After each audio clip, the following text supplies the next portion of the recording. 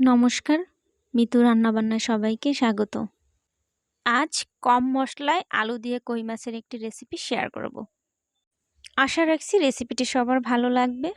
রেসিপিটির জন্য আমি 5 থেকে 6টা কই মাছ ও লম্বা করে কেটে রাখা আলু নিয়েছি।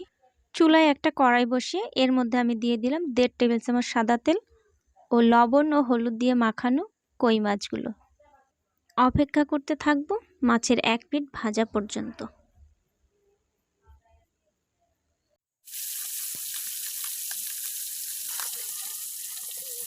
একে একে সব মাছগুলোকে আমি উল্টে পাল্টে দিচ্ছি।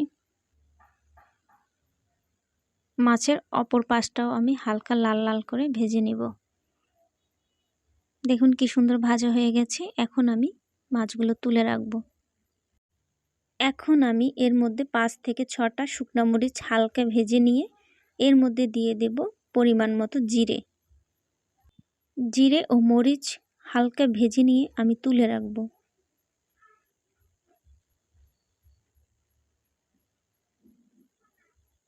তুলে নেওয়া হয়ে গেলে এর মধ্যে আমি দিয়ে দিব টুকরো করে রাখা আলু।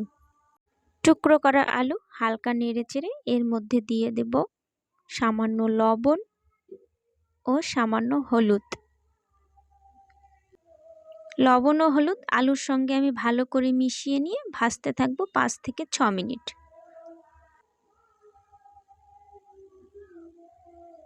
আলুগুলো সিদ্ধ হয়ে গেছে। এখন আমি আলুগুলো তুলে রাখবো। কড়াইয়ে সামান্য তেল দিয়ে ফোড়নের জন্য দিয়ে দেব একটা তেজপাতা, একটা শুকনো মরিচ ও সামান্য জিরে। হালকা নেড়েচেড়ে এর মধ্যে আমি দিয়ে দেব একসঙ্গে বেটে নেওয়া জিরা ও শুকনো মরিচ।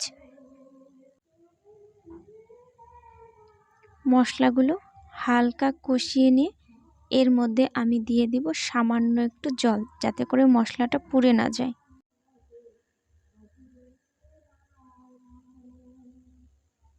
এখন আমি এর মধ্যে দিয়ে দেব সামান্য পরিমাণ হলুদ ও সামান্য লবণ।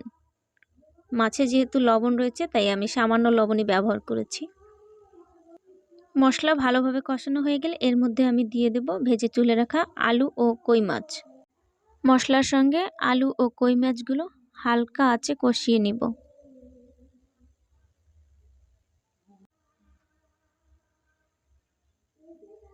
কষিয়ে নেওয়া হয়ে গেছে। এখন আমি এর মধ্যে দিয়ে দেব হালকা কুসুম গরম জল। 5 থেকে 6 মিনিট আমি জাল করে নিব। ফিরে আসছি 6 মিনিট পরে। খুন্তির সাহায্যে আলুগুলো হালকা ভেঙে নিয়ে এর মধ্যে দিয়ে দেব গরম মশলা বাটা।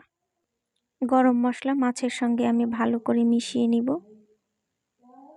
রেসিপিটি আমার তৈরি হয়ে গেছে।